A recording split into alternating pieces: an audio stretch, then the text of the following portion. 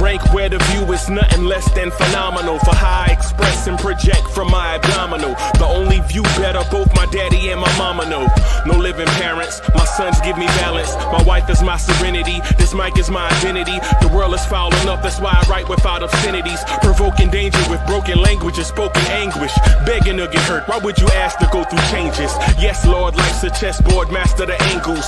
Control the tempo, be the one who holds the info. Acknowledge is just as deadly as machete swings. When spoken, the truth is as potent as that Medellin. While others swear the style is free, I just let it ring. Our time is undervalued, soldiers make us better kings. My fam's on my shoulder, reaching after better things. Today I take the shot, for them I'd rather set the screen. My mother told me follow my dreams. My daddy told me get it by any means. Stand tall, make him bow to a king. But I've evolved, you can see the result. Look in my eyes when you speaking to God. Life and for those who we caught up in using what I was scarred with the muse. I guess they call it proving I'm more than an artist. Penciling out my darkest while sizzling out a harvest. And storing what gets me from A to B, just like garages. Instrumental with collages. Envision what I've been drawing. Broadway to give you rhythm like the great.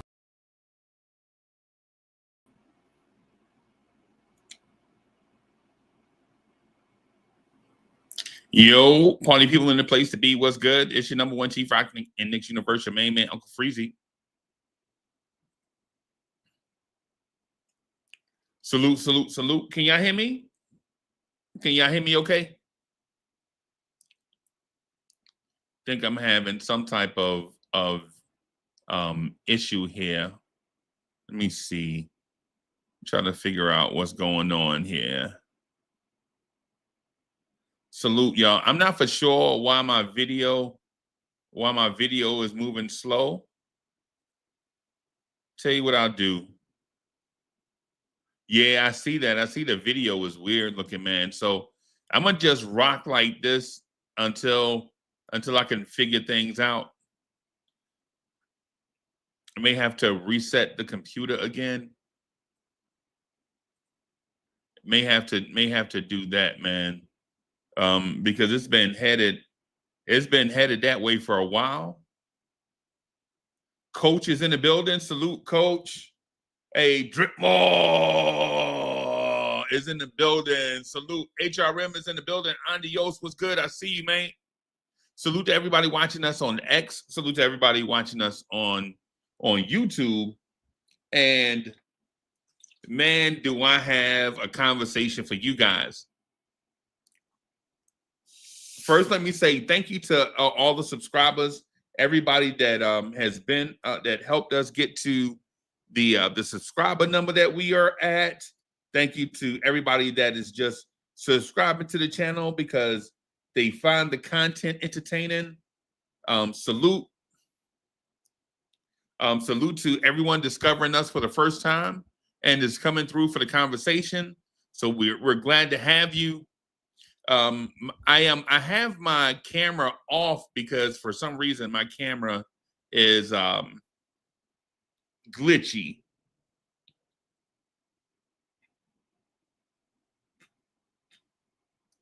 So while my camera is glitchy, I'm just gonna just do a few things, man, and I'll probably rock with the Avi up for the time being. You know what I'm saying? Rock with the Avi up for the time being, just until I figure out what the issue is. So I'm just gonna ask y'all to be patient with me while I work through that. Salute to Ron. Ron says, what's good, Knicks family? Salute to the chat. Salute to the Chief Rocker Supreme, Uncle Freezy. He says, have a great night, everyone. All right, salute. Thank you for the messages to Ron. Salute to him. Salute, salute. And so for those that are tuning in, boy, do I have a topic for you. Right? And so this is just something that I've been wanting to talk about for a little while. And so now that we are all here, why not talk about it? Right? So the topic for tonight's show is, should the 2025 New York Knicks embrace their role as the villain? Right? Should the 2025 New York Knicks embrace their role as the villain?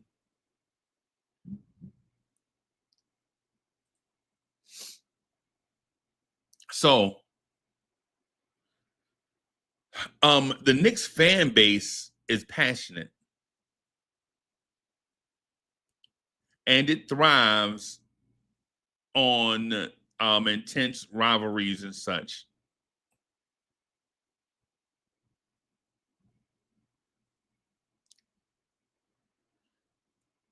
Embracing the villain persona can serve as a psychological tool, right? It can galvanize the team, and it can create a mentality that unites the players against all the outside noise. Moreover, it can unsettle opponents who may become preoccupied with the Knicks' perceived arrogance, the physicality, and potentially disrupting their focus from the game plan.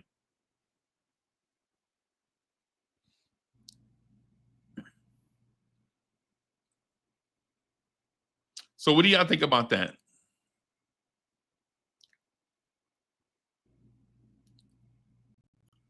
What do y'all think about that?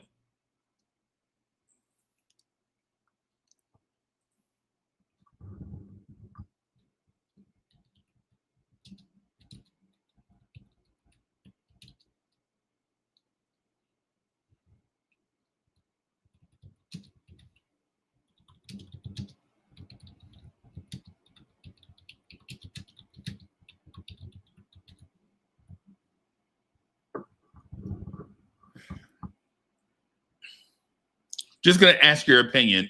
I'm reading what you guys have in the chat. Coach says, we're already hated. Jalen Brunson, Mikal Bridges, OG Anunoby, Karl Anthony Towns. People are looking for reasons to root against them. Big market, big moves, brash fans. Why fight it? That's what Coach says.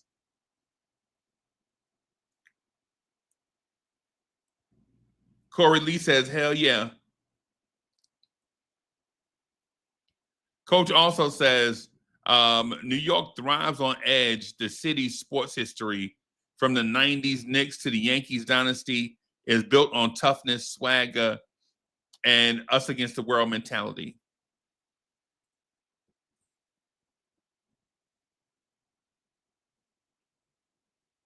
I'm going to say something. I'm going to say something to you guys, and I want you to bear with me as I navigate, or as I try to formulate my thought, right? When it comes to stuff like this, when it comes to things like this, you know, when it comes to complex talking points and issues, you know, you can write an essay and read it, or you can just try to say what's on your heart and find the right words. But at times you need to take moments in order for the words to come out right.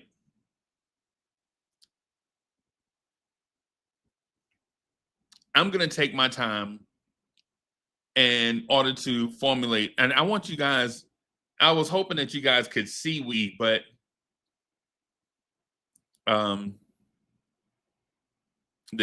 my camera is misbehaving.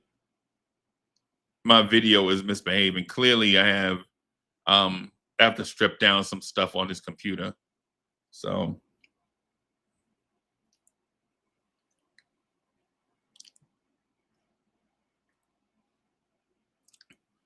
I'll say this.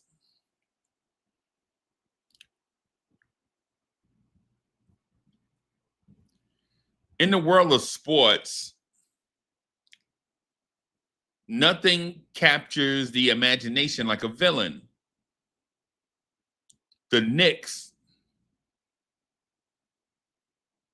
and probably New York sports in general, are associated with grit and struggle and the eternal hope of what tomorrow can bring.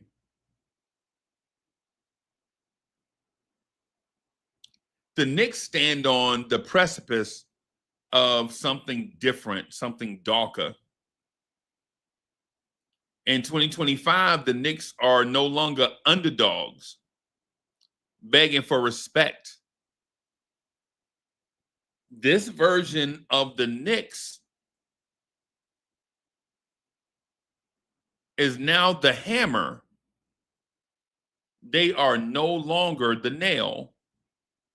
You feel me? The Knicks have come from a place of being the nail for so long that right now we are the hammer and may not even realize it. And if the Knicks want to win it all, we should probably fully embrace the new role as the NBA's ultimate villain. And I'm going to give an example. Some people think the Boston Celtics are the NBA's villain, but look at them. Jalen Brown from the Boston Celtics, even though he came out of school early, even though he came out of college early, Jalen Brown is a scholar, is a part of academia. Jalen Brown for the Boston Celtics is brilliant. He's an intellect. Jalen Brown, the super athlete that you see for the Boston Celtics, may have the highest IQ, and I mean intellectual quotient. I don't mean basketball IQ. I mean real life functioning IQ of anybody in the NBA. And Jason Tatum is one of the faces of the league. How can they be the villain? Who is intimidated by Kristaps Porzingis?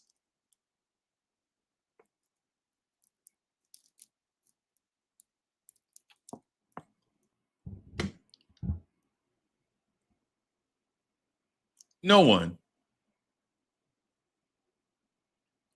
The Boston Celtics cannot be your villain.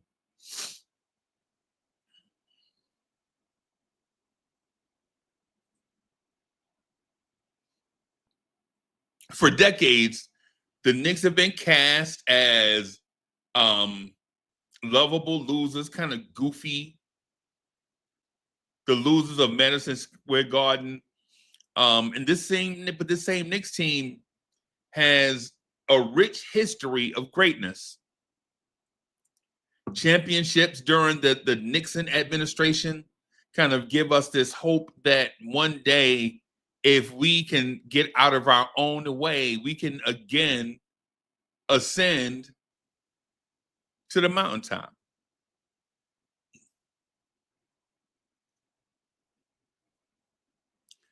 Our fans, they cling to like dreams of a hero that can save us. But over the years, we realized a one-man show can't save this organization. You've seen it.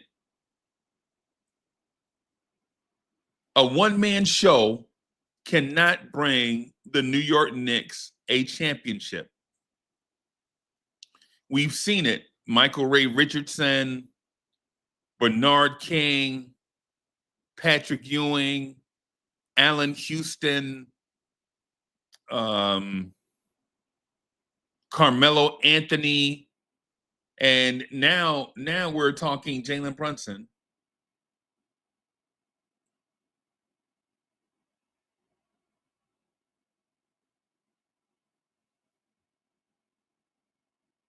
L1 says, we do not play Boston tomorrow at all. Yeah, you gotta, yeah, there's a context here. You missed the context. You just jumped in.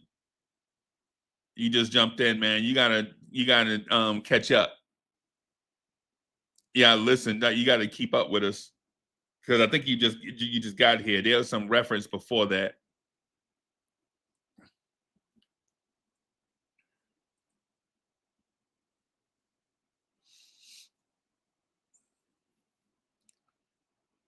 And so I'm asking you guys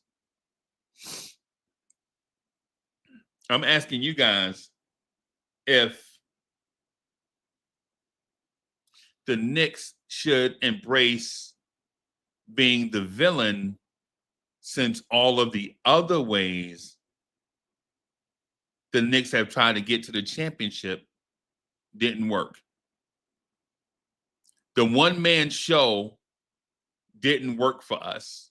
And y'all saw the one-man show, right? We legit loved and believed in the one-man show so much that at one point, an Asian point guard came off the bench for a 2 or 3 week stretch.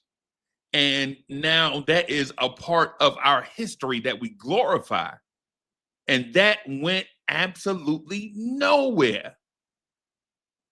We embraced the one-man show. A hero can save us. We legitimately embraced this thing called linsanity.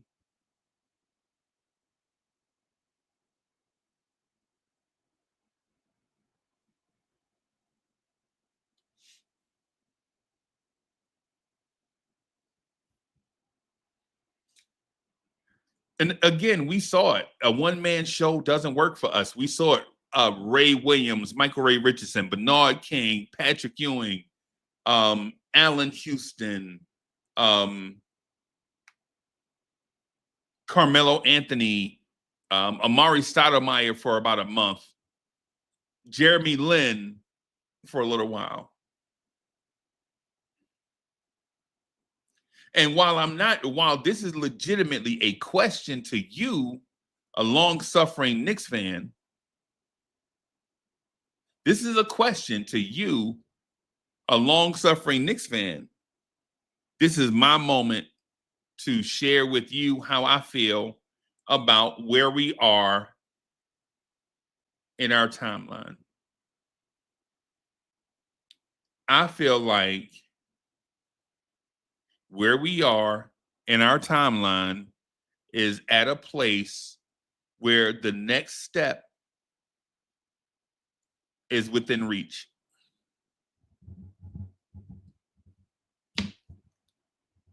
The next step is within reach. And how do you take that next step?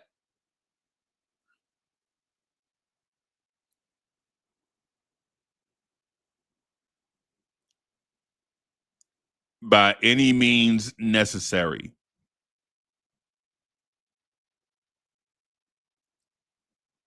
If taking the next step means embracing being the villain,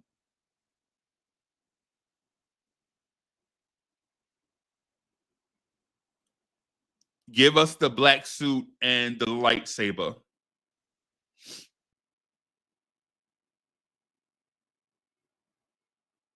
If taking the next step towards an NBA title means going in a direction that's unfamiliar to us, why not do it?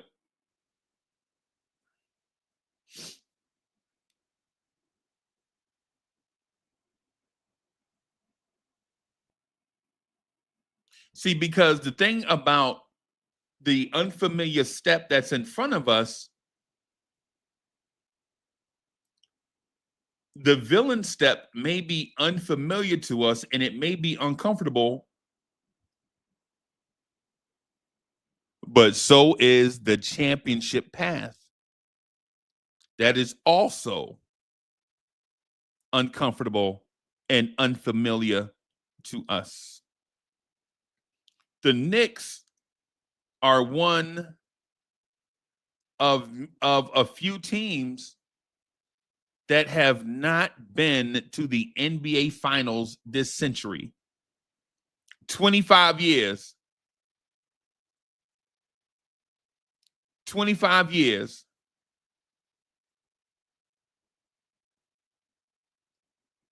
$25 years, 25 seasons, the Knicks have not been to the NBA Finals. And we have a decision to make on an emotional and intellectual, on a fan level.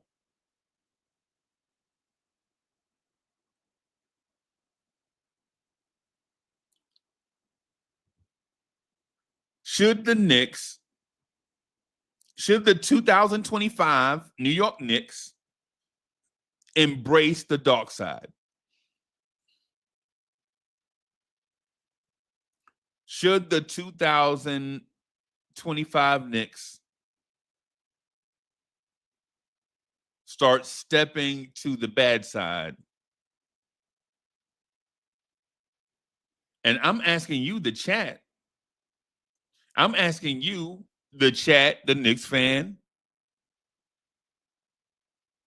Do you have the emotional wherewithal, the emotional will, the emotional stamina to be the villain? And of all the questions I asked, and I think I asked about 16 questions, and I may have asked a couple of questions multiple times.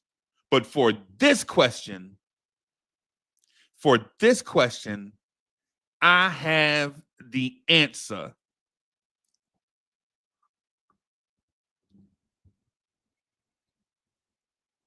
The answer to should the 2025 Knicks embrace the role of villain?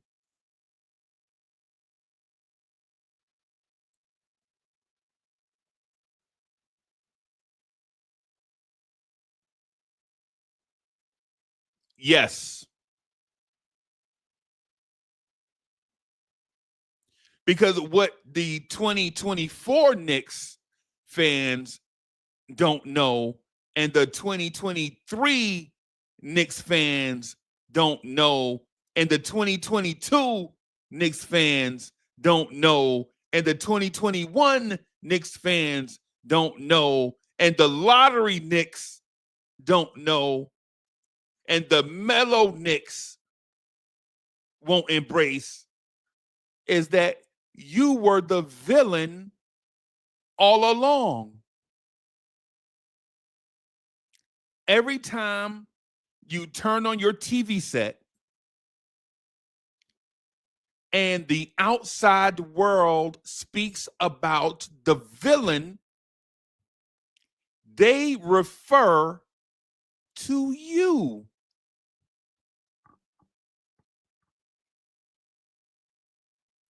How often is it that the outside world embraces the Knicks as the good guy?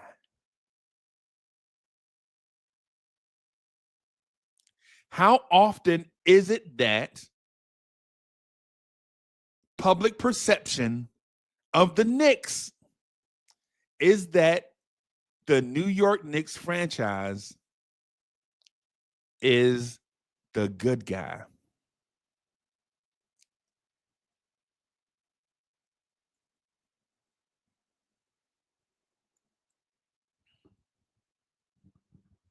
Now, this is a question for you, my friends, the subscribers of the channel, the people that come here to talk that Knicks talk, the ones that come to talk basketball, the ones that like to hear Uncle Freezy talk about schematics and strategy and things of that sort. I'm going to ask you a simple question. This is a simple question. Why is it that the outside world always refer to you as something that you fight against?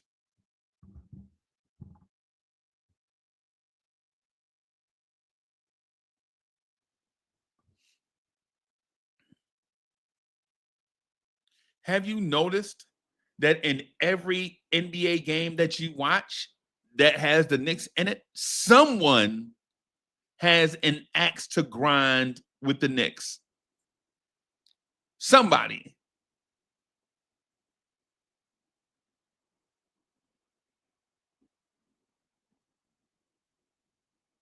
Have you ever noticed just random former NBA players have an axe to grind with the Knicks? But and you think they're hating? Is that really hate? And if that is hate, how do they have so much stored hate for a franchise that has done nothing to them? Jalen Brunson has not done anything to these guys.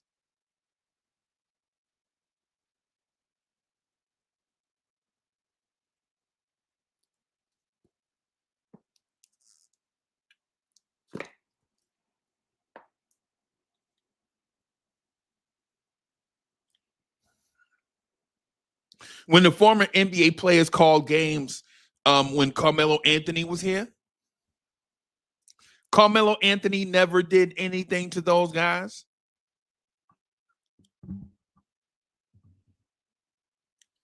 Jalen Brunson, probably the classiest superstar in the league, has done nothing to rock the NBA boat. But guess what? It doesn't matter, because the world views the New York Knicks as the villain. And it's not a New York thing, by the way, right? It's not a city thing. It's not a market thing. It's not a team that plays in the biggest media market. Nah, because Brooklyn is in the same vicinity and they wear the villain's colors, and they are not the villain.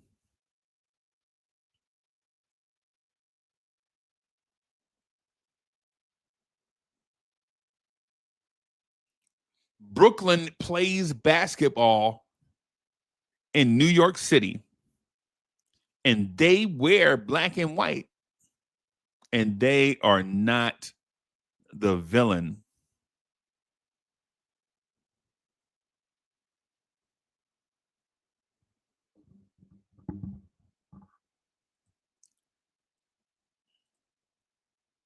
So if you're the 2025 Knicks, and this may motivate your fan base to get you to a place that you have that this franchise has never been,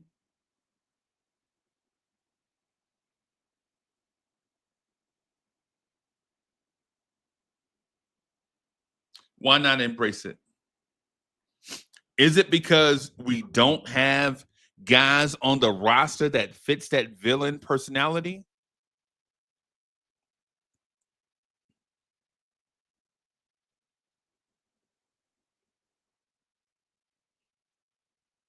Let me tell y'all something. Just because you're likable doesn't mean you can't be the villain. Right? Jalen Brunson is a very likable individual, right? Even though he wears a size 9.5 baseball cap, Jalen Brunson is a very likable individual, right? He's a very likable person. His story is a very unique and likable story. But you don't get an award like Clutch Player of the Year unless you break the hearts of teams that you play against. And for those teams that watch Jalen Brunson knock down game winner after game winner after game winner and send opponent after opponent after opponent after opponent home with a loss,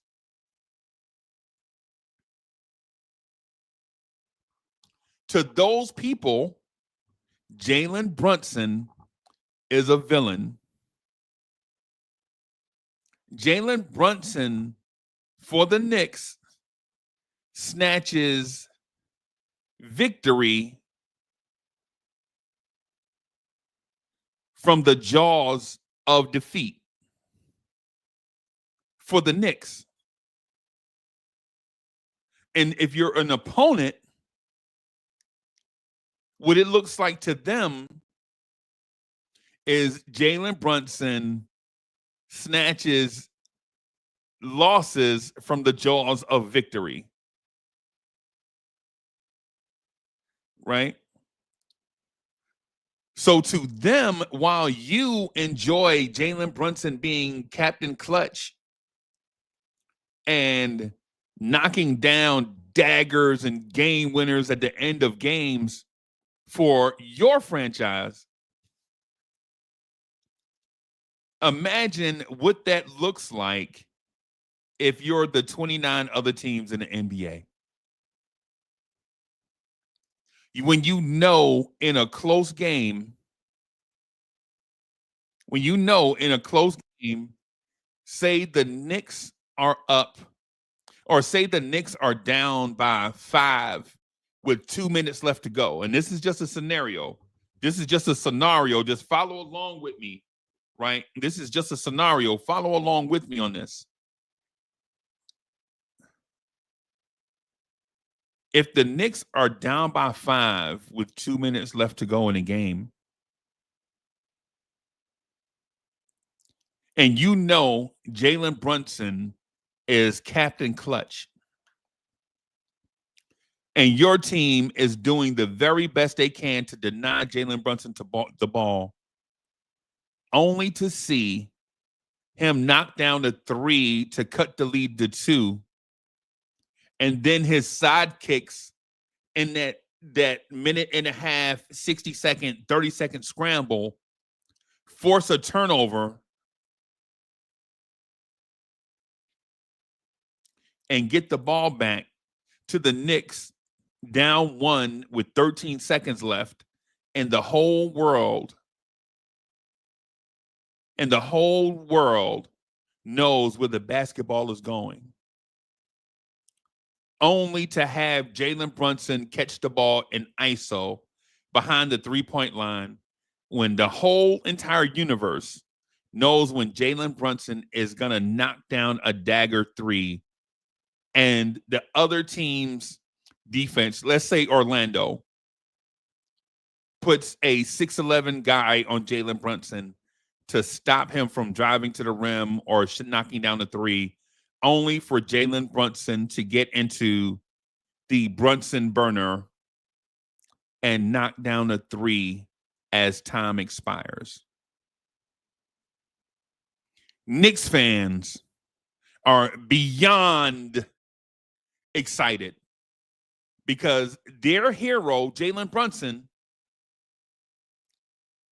stepped into the Brunson burner and performed another clutch moment. Right? So Jalen Brunson is the hero of Gotham. But there's another team on the floor. Who is Jalen Brunson to them? Is Jalen Brunson the hero to them because he made them lose?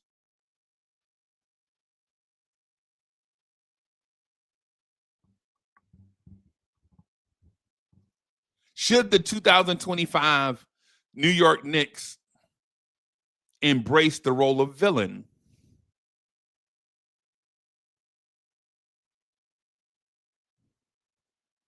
If you say no to this, I suggest to you offer an alternative. What is the alternative?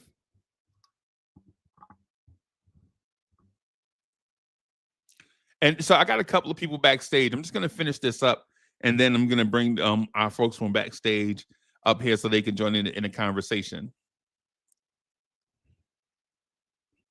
But I'm going to say this to you, though.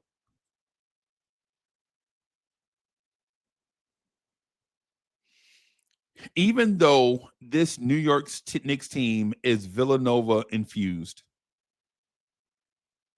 right? And we know the Villanova thing, hard work, blah, blah, blah. We know the Villanova story, right?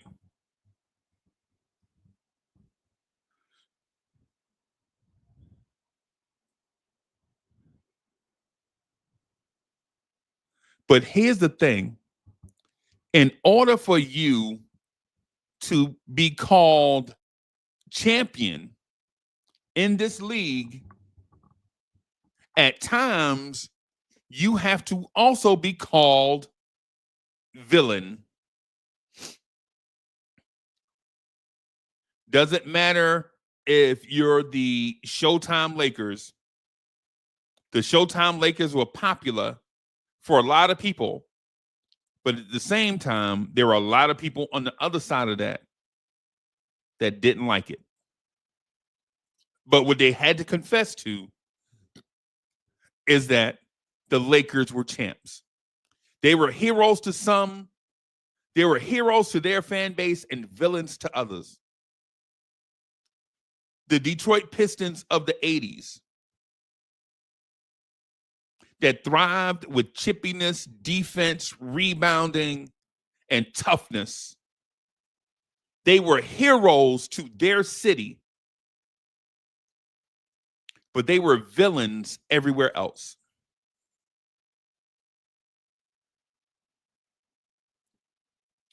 The Boston Red Sox, the Pedro Martinez Boston Red Sox, Johnny Damon, and Manny Ramirez, and Big Papi, and a bunch of others. They were heroes to their city, but they were villains to us.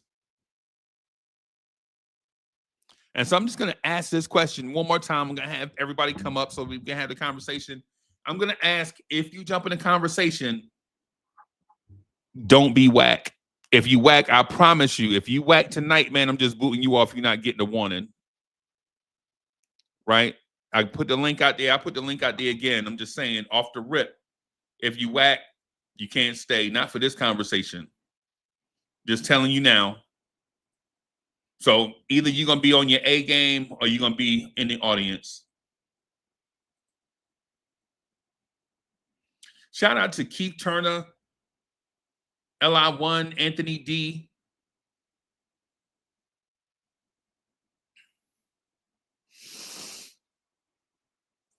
Let me see. I'm just going to try this video one more time. Yeah, the video is not doing what I wanted to do. Okay. All right. So let's do this.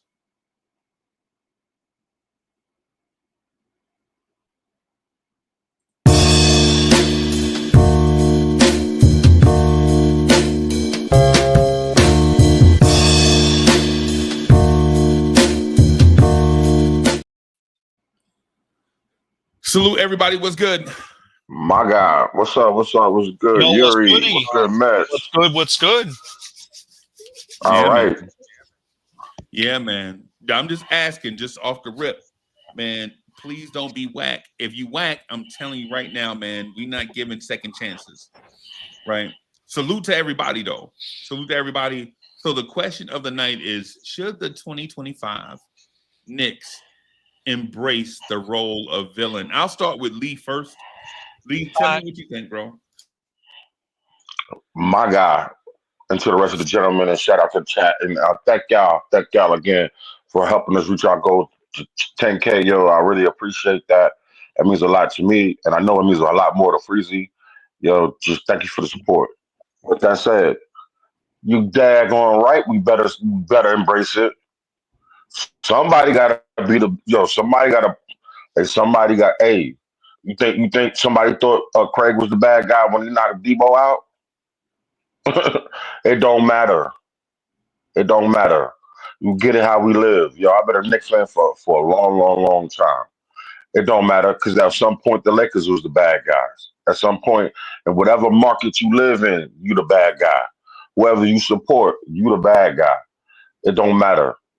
Let's win. Let's get what we got to get. Let's go on about it. If that's the attitude we need to embrace now, you daggone right. I expect it. I like it.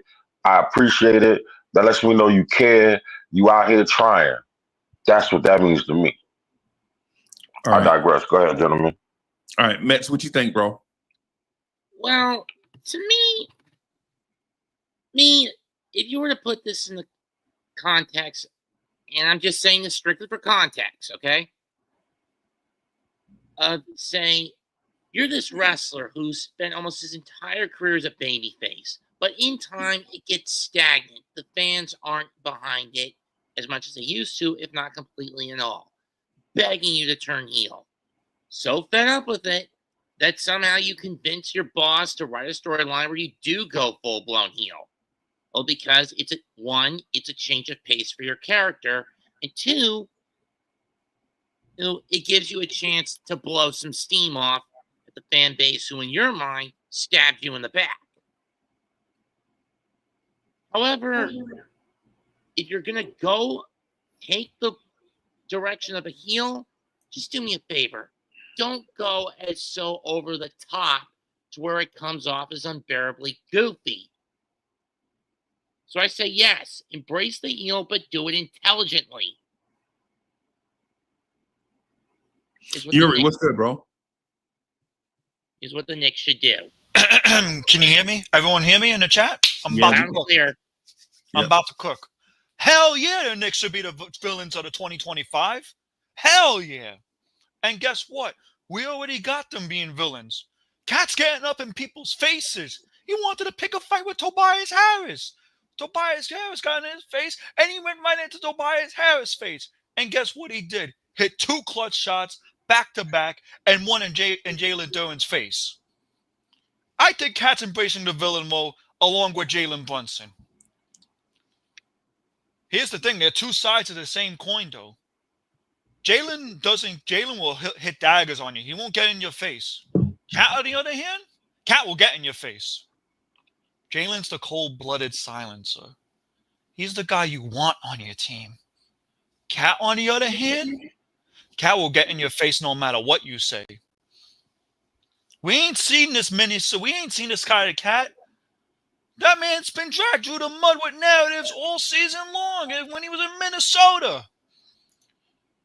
And guess what? He got into a fight with Joel Embiid back when he was on Mini. And guess what? He was still getting called soft. Now he's on the Knicks.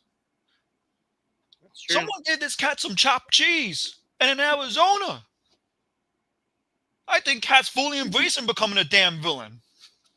Right. When I would suggest to everybody is this: you have been the villain all along and didn't embrace it. Right? That's who you are. Right? The Knicks, by default, there's nothing Uncle Freezy can do to change the minds of millions of people. The Knicks are the villain. Right? That's who we are. Right? It's not a New York thing because the Brooklyn Nets are the villain. The New York Islanders, they are not the villain. Right? The New Jersey Devils, with their name being Devils, they're not the villain. Right? The New York Mets are not the villain, and they all occupy this similar space, this similar location. The New York Knicks, however, are considered the villain. And you hear it every day. Tomorrow, when you turn on your television set, someone somewhere is going to point out how, despite the Knicks being scrappy and crafty in a 4-game series thus far, somehow what the Knicks have done offends someone, but they won't speak to how it pleases New York Knicks fans. Can I respond to that? Can I respond to that, Fritzy? That's okay. The Knicks are already villains. That's the problem. They get talked about every day on the media. And I think they're the silent killers of villains. They don't have to talk smack. They don't have to get into people's faces, even though Cat's already doing that. They just have to win games and shut people up. True. I think being a silent killer for this Knicks team and being clutch when it matters the most is being the simple fact of a villain. That's what I mean. Okay. True. I honestly, my fault, Mitch. I honestly believe that, you know what I'm saying, it's not even that these players that we support and we love, and we are their fan base, and that's the entire Knicks fans, and Knicks team. You know what I'm saying? No matter who we like individually, but together as a collectively, you know what I'm saying? They are not allowing nobody to push them around, which we've never been. We've always been a bad guy, like Frieza said, to some degree, for years. Jordan era, bad guys. You know what I'm saying? Playing against Indiana, bad guys. You know what I'm saying? You know, it was questionable when it came to Miami, but more than likely we were the bad guys. You know what I'm saying? You know, the up and coming Houston Rockets, oh, bad guys. You know what I'm saying? Up and coming Spurs, bad guys. It doesn't matter. You know what I'm saying? I could care less. What I care about more than anything is the results. You know, because why the Pistons bad boys, you know what they did? They won 2 championships. You know what I'm saying? The other right after them, the 2000 Pistons, they won championship. You know, and they live with that bad guy mantra. I don't mind as long as it brings results, and we can still sit at the big table with the big lights. Yeah, I don't care. And I agree with you on that, Corey Lee. Last night, I don't know if it was this last game or a few games ago, probably game 3, we saw Mikal Bridges actually talk smack to Tim Hardaway Sr. Something we never seen Mikal do. He's always a quiet, silent type. When Mikal taps into that side, and something must have really peed off Mikal to actually talk crap to Tim Hardaway Jr. Sr., you know damn well you pissed Mikal Bridges off. And we see it in how he plays. He gets up in Kate Cunningham's face. He's able to guard Kate Cunningham. He's giving it his all on the defensive end. Now, I don't know if that's Mikal tapping in and getting tired of the noise he's been hearing about the first-round picks, but I need to see more of that for him on every single night. You know? It's coming. It's coming. All right. So here's one of the things also that I don't know if you guys touched on this or not, or if you know this or believe this or not. But as a city, an organization, groups of people, we embrace a certain type of physicality in all of our sports, right? Whether it's baseball, basketball, football, hockey, whichever sport is your favorite, whichever one you partake in, whichever one you prefer. We like edgy, tough, physical teams that will impose their will on the opponent, right? This is who we are. If you're a Giants fan, your favorite era of New York Giants football is probably the Big Blue Wrecking Crew, Lawrence Taylor, Harry Carson, and those guys, because they were a physical, intimidating force that imposed their will on their opponents and won. right?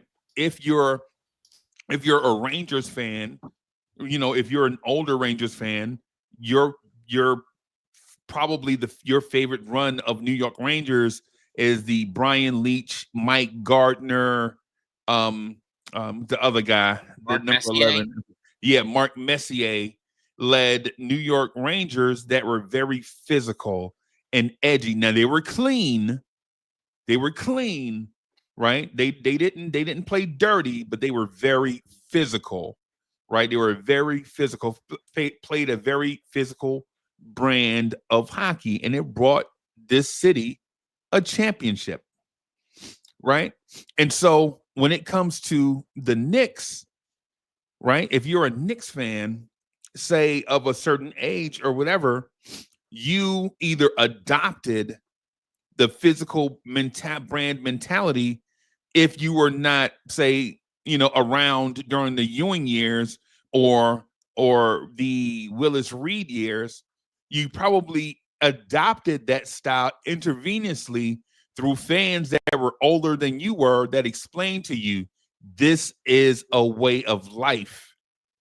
This is a culture for us, right? And so when adopting that, you have to look at the other side of this. If we are physical and imposing our will on opponents, what do you think the opponent is going to think?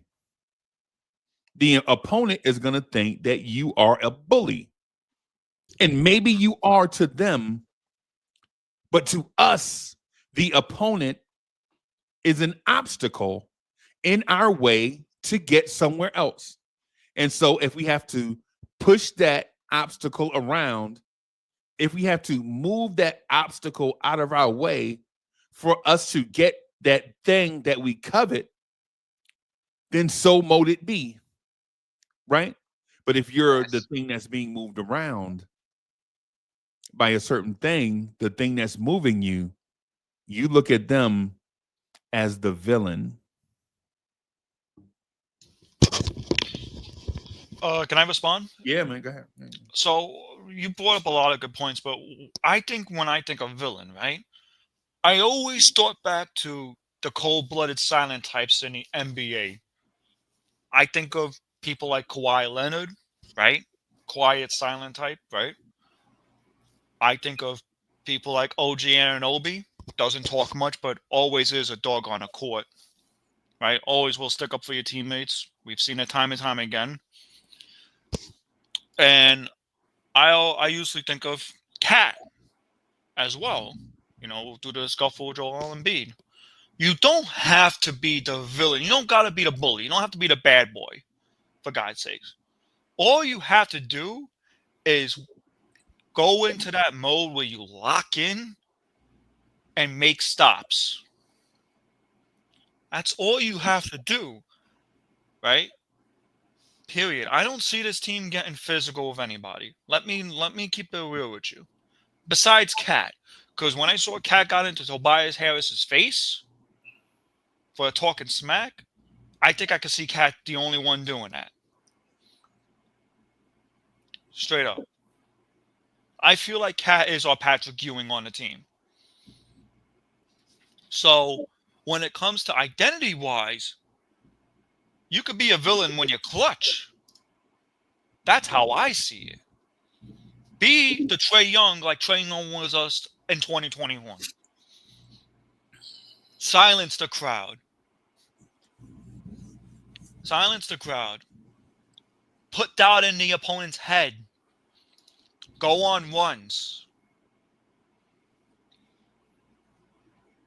And now, most importantly, make stops when you need to. That's what this team should embrace. And if someone gets in your face, the team comes together and will back you up. Because when Cat comes into it, when he gets into somebody's face, you always see OG Anunoby sticking into it. You always see Jalen Brunson getting into the fray. You don't got to be a bully like the old days. Just silence the crowd and hit clutch shots. And I'll end my point there. Yeah, man. My point is this: the whole dynamic of hero villain on this court, it's usually a matter of perspective. A team, you can be a hero, villain, savior, conqueror, warrior, bully. In the end, a team can be all those things at the same time. They can be none of them.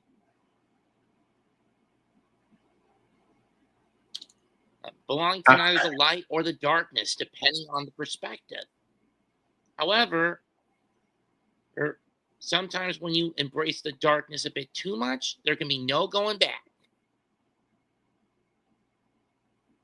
All I'm saying is, if we're going to embrace the villain, it must be done with caution. Okay.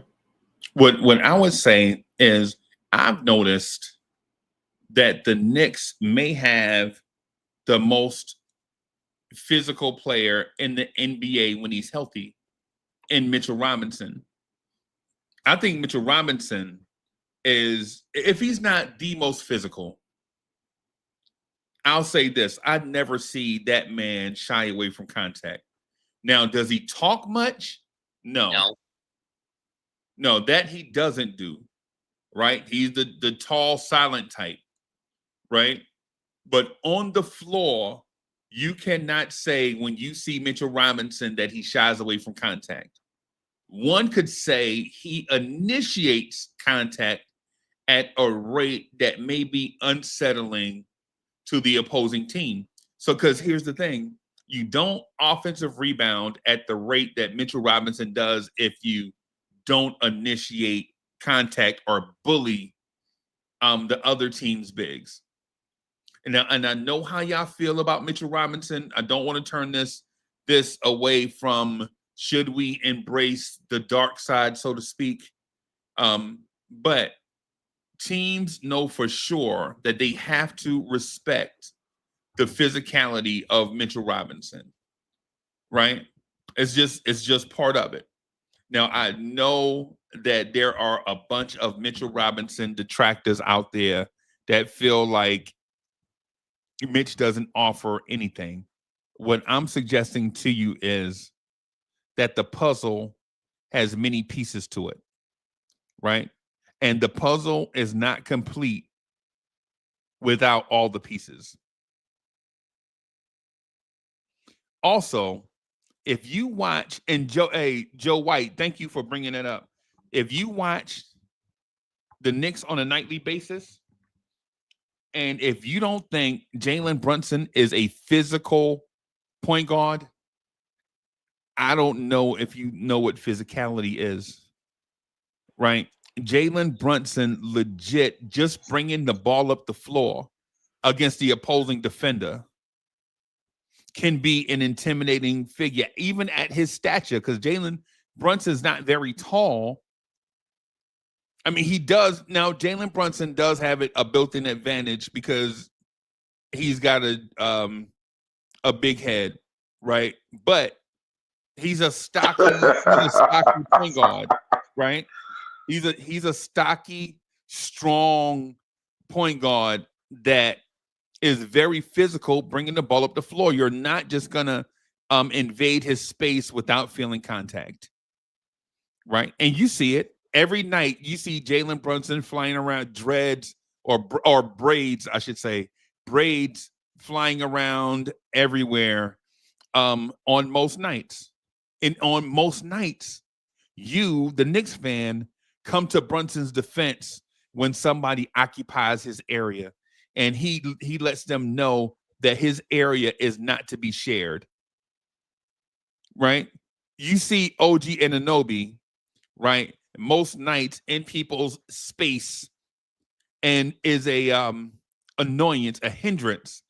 OG Anunoby, just by being an elite defender, is what you call an agitator by trade.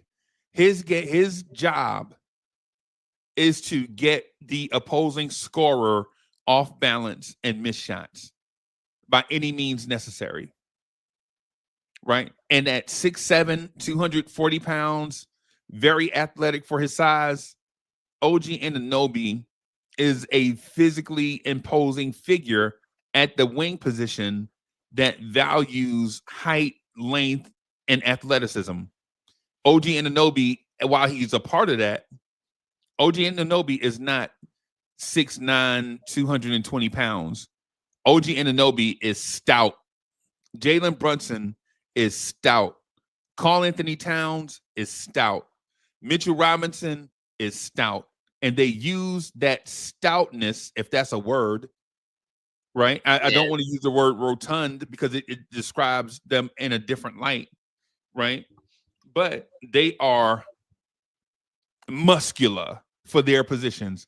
And they use that muscular disposition at their position to make up for things that guys of different body composition uses, such as quick twitch, athleticism, explosion.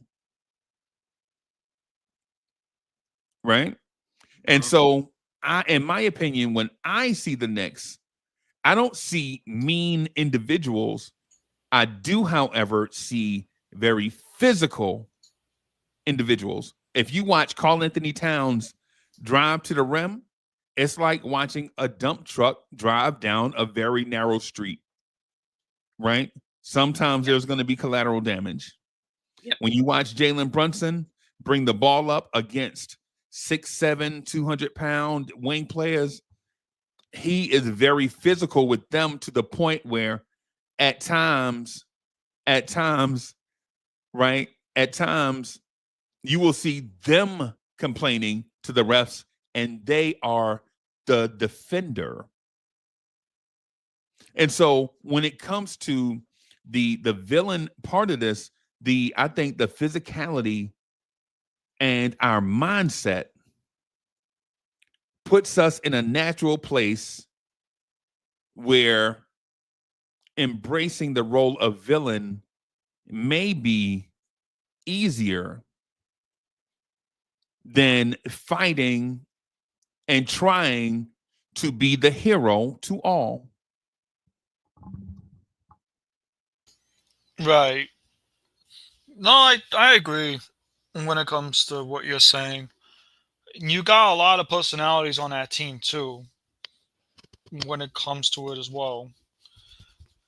We all thought PJ Tucker was going to be the tough guy, right, for us. I know I bring up PJ Tucker because he kind of does relate to this as well, but he's not seeing time on the floor. You get what I mean? Right? So if he was seeing time on the floor, I can agree with what you're saying. I can definitely agree with what you're saying. But the toughness that we had, right? The villains that we had, Iahart, he's at OKC. Dante DiVincenzo, he's with the Timberwolves. Julius Randle, Timberwolves. We lost that edge that we had, but I feel like we can get it back. What edge are you referring to? I'm referring to the edge of like when the other team saw us, they were like, "Oh, there go them Knicks. We're gonna have to score. They're gonna have their backs every night to the wall. We're gonna have to scrap and kill. We're gonna get hammered." I disagree with that right there, bro. You're referring to the intimidation factor. Yes, that's what I'm referring to. Okay. Because when I also think of the intimidation factor and physicality, one can lead to another. Like the intimidate, you can look at somebody and be intimidated, or we could put the physicality on a team and then intimidate them in that way because the physicality may be too much for that team to handle. Right. And so I think in that sense, then where the Knicks are is they look like the nice guys until the game starts. When you get in between the lines, then there's something different. And so with that said, there were other teams that looked the part, embraced the part, such as the bad boy Pistons, right? They looked the part, they embraced the part, and then they came out and performed the part. This Knicks team looks like a bunch of varsity. This Knicks team looks like varsity blues, all American, clean cut, basically, in theory, in image, not in physical appearance, but clean cut in image, right? But when you get between the lines, even the coach is intense. Even the coach never sits down. Okay. This talk about villains is fun. I'm trying to cook so I don't get kicked off the call, but the only thing there's a lot, Yuri. So there's a on most nights I like to have the intellectual conversation about complex topics so that we can add nuance to these topics so that we won't provide the same old thing you get from show to show. That's what we try to do on most nights. There are some nights where we just need to vent, right? I felt And, that. and so that's where we are with it. So in the playoffs, we get nights where we need to vent, but on a night like tonight where we face the Pistons tomorrow up 3-1, whether we win or lose, we're still in a comfortable position somewhat. And so I just wanted to ask that. Right. Are you, as a fan, Yuri, are you, just not what other people think, are you comfortable with the Knicks maybe becoming the villain? I am. I'm going to actually give you my actual answer why. I'm not going to tell what other people think about it. My thought process behind becoming a villain is you got a group of people that can become a villain. When I think of the word villain, Fritzy, right? And Lee and Metz, I think of the word villain as a wider topic than most people think. You can become a villain in so many ways. I look at it as, what does a villain look like? Cat hitting a cold-blooded shot like he did in a Detroit Pistons game to get us the game winner. Or Josh Hart getting rebounds and crushing crushing people's mental when he gets that rebound that the team could have benefited. I think of a villain like a cold-blooded Jalen Brunson that can throw your head left and right and hit a dagger for a go-ahead basket. When I see this Knicks team, right, I think of villain, I think of clutchness. You don't have to get into people's faces. You don't have to run from the physicality. You want to know how you be a villain? You become clutch in that one moment to put doubt in the opponent in a last-second shot. That's my theory of this Knicks team. What do you think, Metz? Are you comfortable with the Knicks becoming the villain, embracing who the world says that they are? Are you comfortable with that? Or do you feel as the Knicks need to continue to fight this narrative of being the bad guy until the world understands they're actually the hero? In my case, it's more of a yes and no. As I mentioned, I'm willing to experiment with the Knicks playing the role of the villain, but just don't go over the top with it. Lee, what do you? Okay, I'm sorry. Go ahead, Metz. If it goes too over the top, then I would say no. Right. If it's phony, don't do it. Right. Right.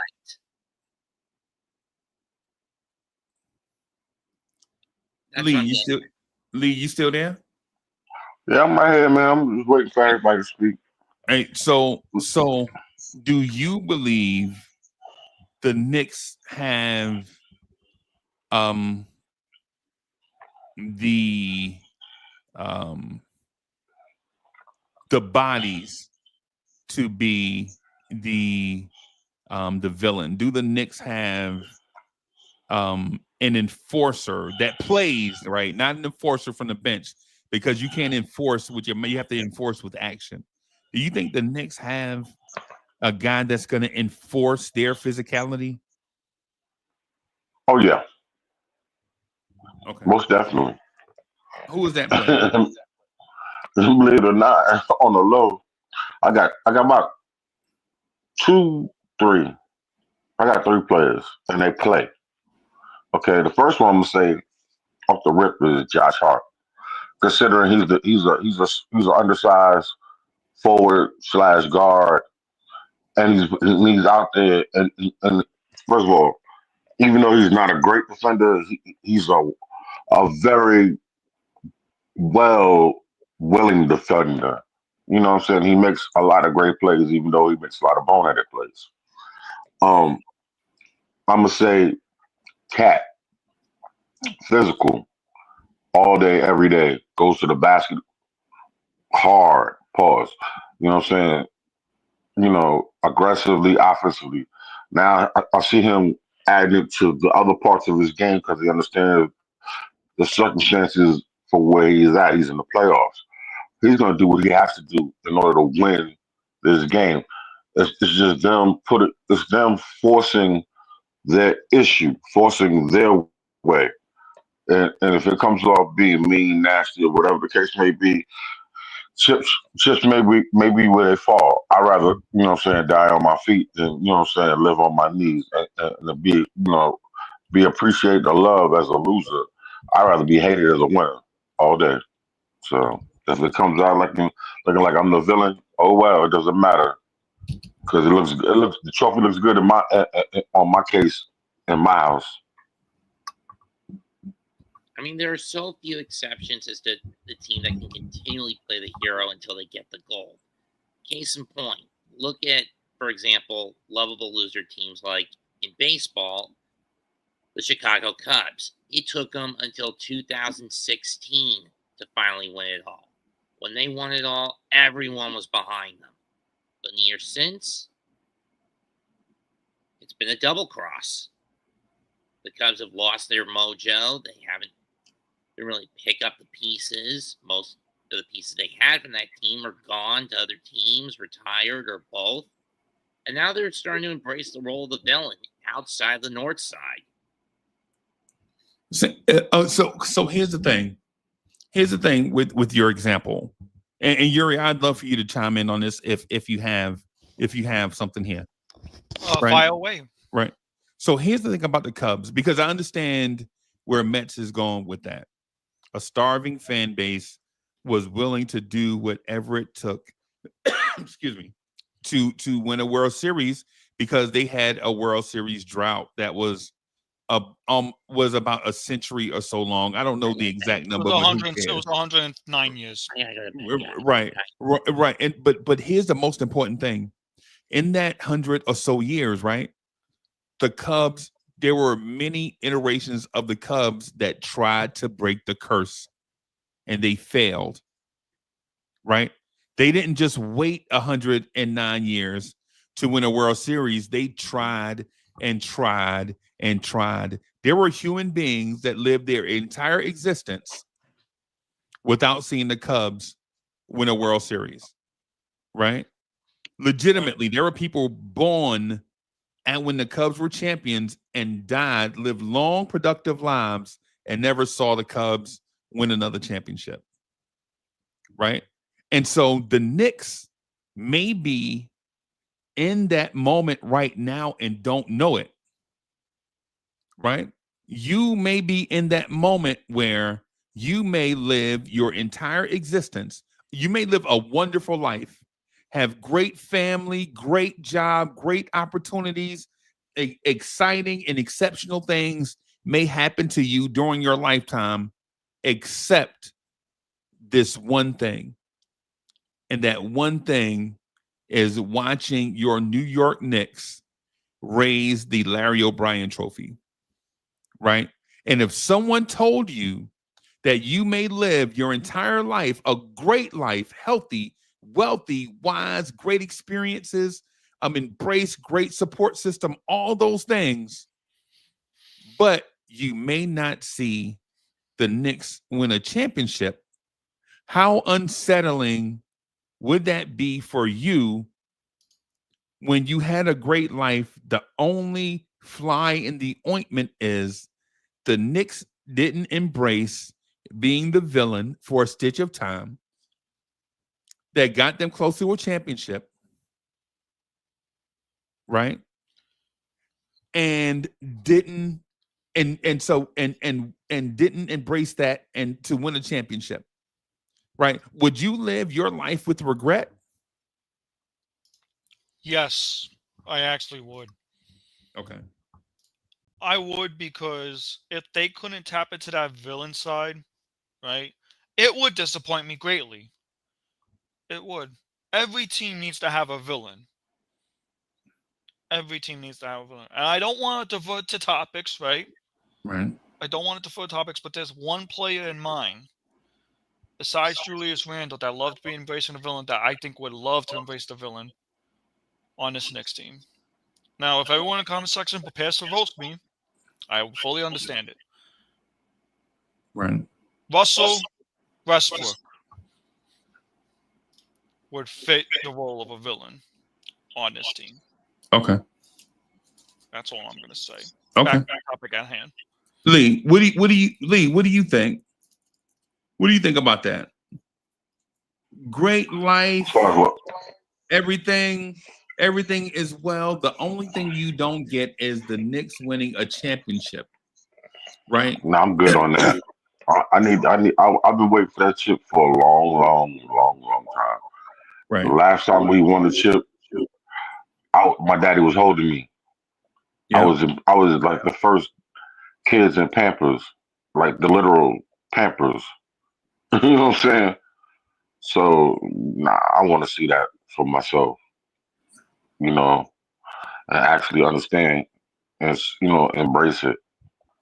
You know, and this franchise has played well enough throughout the last, well, for the majority, the last 40 years, they've been pretty positive to some degree, but you know, it's easy to cast light on a New York franchise, a big city franchise. You know, you got to think the Bulls were bad guys when they beat up on the Lakers to win the chip, so Yeah. it don't matter. It don't matter. Mike was not liked. You know what I'm saying? Right. Somebody got to wear the black hat in this, you know what I'm saying? And sometimes, hey, the Lone Ranger gets caught. So it's gonna be all right. It's gonna be all right. It's gonna be all right. Right. I would say to everyone this, and it may be a remix of something that I already mentioned, but I just want to highlight this thing because for Knicks fans, I don't know if we embrace things like other fan bases embrace things. And so the thing I'm looking at is this.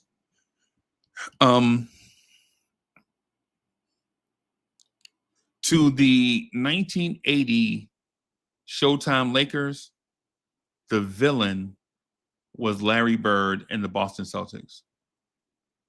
And to the hardworking East Coast fans, right, that went to work every day, if you live in a big city, you know what the grind is of a big city, right? You know how the city can be a dangerous place, but it's ours. And so Boston knows that, because Boston, in theory, is a smaller version to an extent of what New York is. To an extent, Boston is probably 1/5 the size and landmass as New York City. I think Boston might be the size of Brooklyn, New York. I think Boston might be the size of Brooklyn. I think Queens, New York is big. The borough of Queens is actually bigger than Boston. I think. I'm not sure, right? But they have the same mentality. So does Philadelphia, Pennsylvania. The same mentality. Out west, they have a different mentality, right? They have a different mentality than us. They get sunshine. They get a bunch of stuff, right? They have a different mindset. And we associate Hollywood with Los Angeles and Los Angeles teams. and rightfully so. They're in the same vicinity, right? So when you look at the differences between organizations and players and teams and times, one would look at the other and say, they're not like us, right? They're not like us. And so that creates a rivalry. And in rivalry, you always need a good guy and a bad guy. And a good guy depends on what side of this rivalry you're on. For us, we know Jalen Brunson is a good guy, right? But to the team, but to the people that know, or to the people on the other side of it, say the Knicks play, who's the best team out west? Minnesota, OKC, whoever the best team is out west. When they play the Knicks, you know who they're going to paint us as? The bad guys, the villains. That's who they're going to paint us as. And I'm asking you, the fan, if you would embrace being what they say you are, if it means you contend for a championship and might win it.